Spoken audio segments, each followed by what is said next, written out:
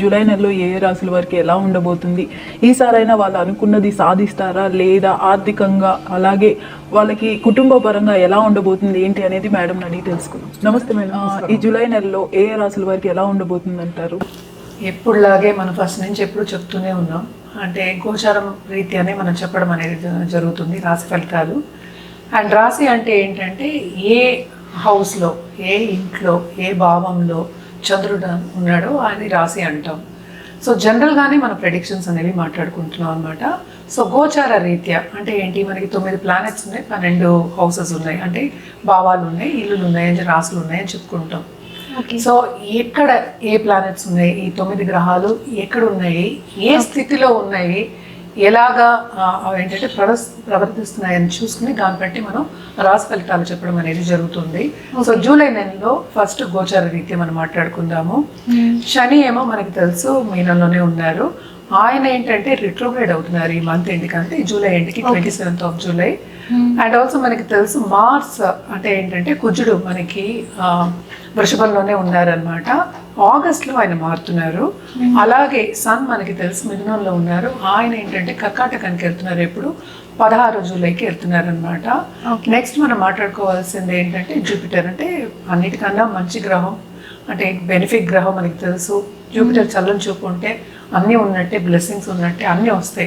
ఆర్థికంగా పెరగడం, ఇందాక నువ్వు అడిగిన ప్రశ్న ఉంది, ఆర్థికంగా పెరగడం కానీ, లేకపోతే దాంపత్య జీవితంలో అనుకూల పరిస్థితి కానీ, ఇంకోటి కానీ, అంటే మొత్తం లైఫ్కి కావాల్సినవన్నీ జూపిటర్ బ్లెస్సింగ్స్ ఉంటే బాగుంటాయని చెప్పుకుంటూ ఉంటాం అనమాట. ఆయన కర్కాటకంలో ప్రస్తుతం ఎగ్జాల్టేషన్ పొజిషన్లో ఉన్నారనమాట, అంటే ఉచ్చ స్థితిలో ఉన్నారు.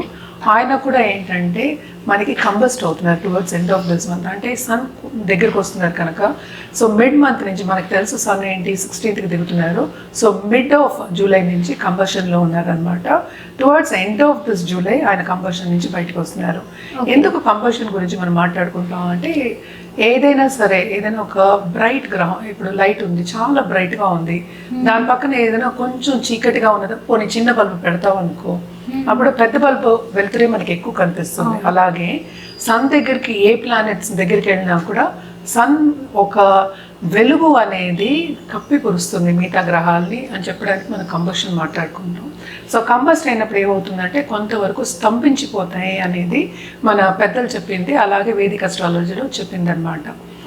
అంటే మనకి ఉంటాయి కదా కొన్ని లాస్ లాగా, అలాగా చెప్పినట్టు అనమాట. నెక్స్ట్ ఏంటంటే మనం శుక్రుడు గురించి మాట్లాడుకోవాలి. శుక్రుడు ఏంటంటే మనకి సింహానికి వెళ్తున్నారు, ఎప్పుడు 4th జూలై వెళ్తున్నారు అనమాట. ఇంకోటి మనం మాట్లాడుకోవాల్సింది మనం బుధుడు గురించి. బుధుడు ఏంటంటే ప్రస్తుతం కర్కాటకంలో ఉన్నారు. ఆయన మెర్కురీ ఏమో రిట్రోగ్రేషన్కి వెళ్తున్నారు 5th జూలైకి. 7th జూలైకి ఏంటంటే మిథునానికి వెళ్తున్నారు. Towards end of this month అంటే 24th జూలైకి ఆయన డైరెక్ట్ అవుతున్నారు అనమాట. మోస్ట్ ఇంపార్టెంట్ ఏంటంటే మెర్కురీ అవుతారు. ఎందుకంటే చాలా మటుకు ఏంటంటే మన బిజినెస్ కానీ, కమ్యూనికేషన్ స్కిల్స్ కానీ, లేకపోతే మేధస్సు అంటాము, కొంచెం ముందుకెళ్ళడం కానీ, మనం థింక్ చేసి ముందుకెళ్ళడం కానీ, ఇవన్నీ మనం మెర్కురీకి చెప్పుకుంటాము. సో ఆయన కంబస్ట్ అయినప్పుడు, at the same time retrograde అయినప్పుడు కొన్ని నెగిటివ్ ఎఫెక్ట్స్ అనేవి మనకి కనిపిస్తూ ఉంటాయి అన్నమాట. సో నెక్స్ట్ మనం మాట్లాడుకోవాల్సింది రాహుకేతువుల గురించి. రాహు ఏమో మనకి కుంభంలో ఉన్నారు, కేతు ఏమో మనకేమో సింహంలో ఉన్నారనమాట. సో ప్రస్తుతం సింహంలో కేతు, వీనస్ ఉంటున్నారు, అంటే మనకి 4th జూలై నుంచి. తర్వాత శని, ఏలినాటి శని ఎవరెవరికి ఉంది అంటే మనకి కుంభం వాళ్ళకి ఉంది, మీనం వాళ్ళకి ఉంది, అలాగే ఏంటంటే మేషరాశి వాళ్ళకి మనకి ఏలినాటి శని ఉంది.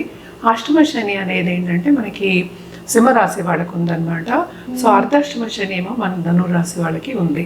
సో ఇవి శని గ్రహాలు అండ్ గోచార రీత్యా జూలైలో ఉన్న పరిస్థితి అనమాట. సో దీన్ని బట్టి మన రాశి ఫలితాలు చెప్పుకోవడం అనేది జరుగుతుంది. మేడం, జూలై నెలలో తులారాశి వారికి ఎలా ఉండబోతుంది అంటారు? ఎక్స్పెషల్లీ ఎంటర్‌ప్రెన్యూర్స్కి ఎలా ఉండబోతుంది అంటారు? తులారాశి వాళ్ళకి కూడా మిశ్రమ ఫలితాలే చెప్పుకోవాలి. ఈ రాశికి అధిపతి మనకు తెలుసు 11వ ఇంట్లోకి సంచారం 10 నుంచి 11వ ఇంట్లో. మిశ్రమ ఫలితాలే ఎందుకు చెప్తున్నాం అంటే, లాస్ట్ మంత్ వరకు జూపిటర్ చూపు ఉండింది. సో అన్ని బ్లెస్సింగ్స్ ఉన్నాయి అనమాట. ఇప్పుడు ఏంటంటే జూపిటర్ మనకి తెలుసు ఎగ్జాల్టేషన్ పొజిషన్కి వచ్చారు, అట్ ద సేమ్ టైం మంచి పొజిషన్లో కూడా ఉన్నారనమాట. సో అది కూడా ప్లస్ పాయింటే అవుతుంది. కానీ ఏంటంటే 7th లార్డ్ ఏమో 8th పడ్డారు. సో కొంతవరకు ప్రాపర్టీ ఇష్యూస్ రావడం కానీ, లేకపోతే లోన్స్ తీసుకోవడం కానీ మనకి ఎక్కువ కనిపిస్తుంది. అండ్ ఆల్సో ఉద్యోగ రీత్యా వీళ్ళు ఏదైనా వేరే ఉద్యోగం రావాలి, లేకపోతే ప్రమోషన్ రావాలి, లేకపోతే ఇంక్రిమెంట్ రావాలి అని కొంత ప్రయత్నం చేసినప్పుడు, మన అందరికీ తెలుసు ఏప్రిల్ నెలలో మనకి ఫైనాన్షియల్ ఇయర్ ఎండింగ్, మనకి ఈ నెల నుంచి మనకి జూన్ జూలై నుంచి వాళ్ళ ఇంక్రిమెంట్స్ ఇవ్వడం అనేది జరుగుతుంది అనమాట. వాళ్ళు అనుకున్న రీత్యా రావడం అనేది మనకి కనిపించట్లేదు, అందుకనే మిశ్రమ ఫలితాలని చెప్పడం జరిగింది అనమాట.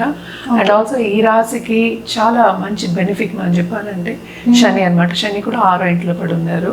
సో కొంతవరకు ఖర్చులు అనేవి మనకి ఎక్కువ కనిపిస్తున్నాయి, లోన్స్ తీసుకోవడం అనేది మనకి ఎక్కువ కనిపిస్తోంది, కొంతవరకు ఫైనాన్షియల్ స్ట్రెయిన్ అనేది మనకి కనిపిస్తోంది అనమాట. అందుకనే మిశ్రమ ఫలితాలు అని చెప్పడం జరిగింది. అండ్ ఆల్సో మనం చూసాము అంటే ఇక్కడ ఈ రాశికి అధిపతి నేను ఇందాక చెప్పినట్టు 11th లో సంచారం జరుగుతుంది. అటు డబ్బు వస్తుంది కానీ ఖర్చులు కూడా అధికం ఉన్నాయి అనమాట. సో గుర్తింపు అనేది కొంచెం తక్కువ ఉంటుంది. At the same time work pressure అనేది కూడా మనకి ఎక్కువ కనిపిస్తోంది. దాంపత్య జీవితంలో కూడా కొంతవరకు ప్రాబ్లమ్స్ వచ్చే ఛాన్సెస్ అనేవి మనకి ఎక్కువ కనిపిస్తున్నాయి.